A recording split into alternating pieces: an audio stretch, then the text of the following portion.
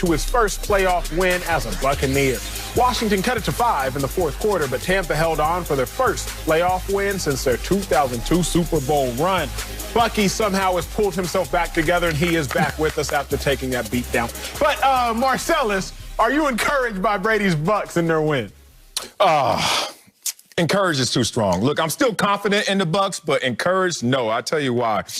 I feel good, but nothing I learned and saw this weekend made me feel better about this Bucs team. There are some issues there with this team, even though they had a winning outcome, not a winning necessarily important performance. Defense, come on, defense. Gave up over 300 passing yards to Taylor Heineke. Now, remind you, Heineke had a joystick and a controller stuck in his body. That sucker there was elusive. I mean, it was a tough task to go out there and play with the almost off-script Heineke in that role. But you can't give up over 100 receiving yards to Cam Sims when next week, guess what we got? Drew Brees and Michael Thomas in the building. So it was a not discouraging performance, but it was an interesting performance. You know you have a lot to clean up. We saw Chris Godwin, 5 drops in the game. Oh, and a couple of times he got the death stare from Tom Brady as well.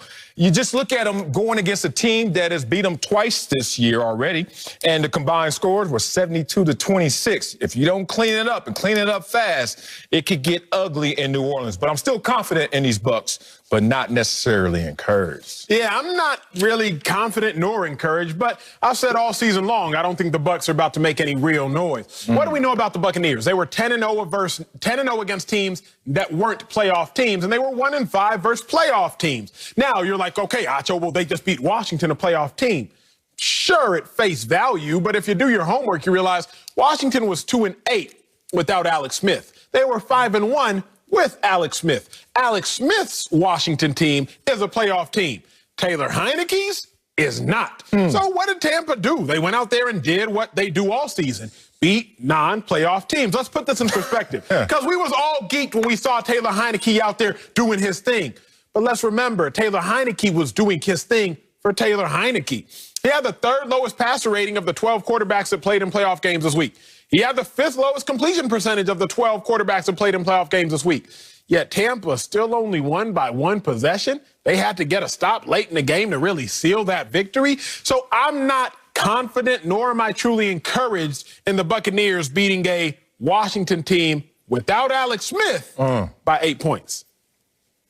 Oh, no, I run counter. I'm actually very encouraged by what I saw from the Tampa Bay Buccaneers, because right now this offense looks like it has the making of being an unstoppable unit. And I know they play New Orleans, and the New Orleans Saints struggled mightily against a Bears team that couldn't really do anything on offense. But when I look at the Bucs and the way they're constructed, on the perimeter, they have everything that you want. Mike Evans, Chris Godwin, they have a gold jacket guy, and Antonio Brown. We have Rob Gronkowski, who didn't even have a reception in this game because Cameron Brate was catching all of them down the seam. And then they quietly got Leonard Fournette, and everybody wondered, why do they need Leonard Fournette? They have Ronald Jones. Leonard Fournette gave them almost 100 yards on the ground, gave them a little balance, enabled them to use a little more play action. And so when I think about this offense and how they can put pressure on opponents, and then this defense that likes to dial it up, I feel really good about the Tampa Bay Buccaneers. And I think we're going to see them advance, and they're going to be they're going to be the team in the NFC Championship game.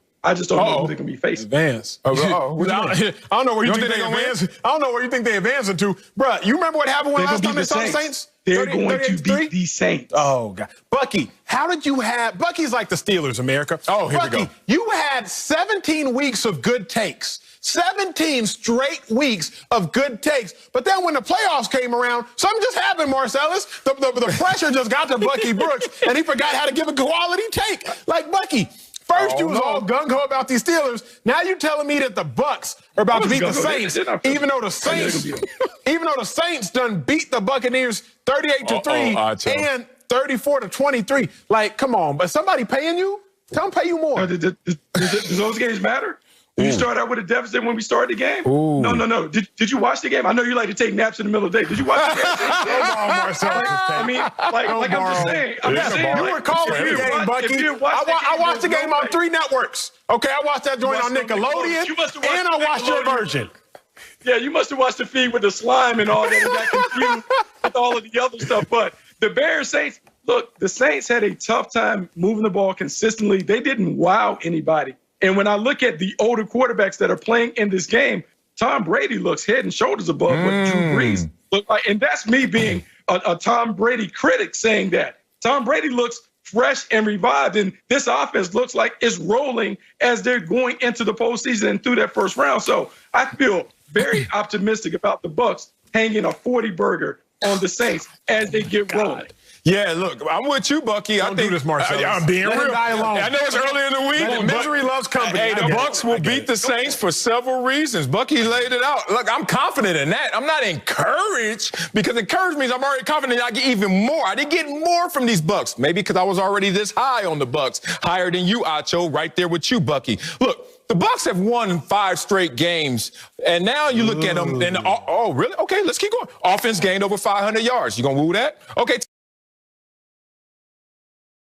Tom Brady, 381 passing yards, 2 touchdowns, no interceptions. You're not wooing anymore. Leonard Fournette, 132 scrimmage yards and a touchdown. That's nice. Mike Evans with the bad knee, 6 catches, 119 yards. Oh, where the woos go? Bucs will get Devin White back off the COVID list. Oh, that's going to help. But let me tell you why I really am confident in this situation, because Bucky asked, did those games matter?